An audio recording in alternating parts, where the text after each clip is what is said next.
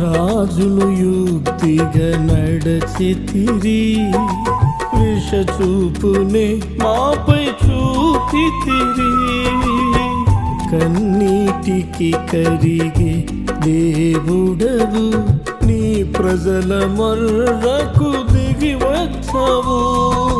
చూసావయ్యా మా బాధను, సాచావ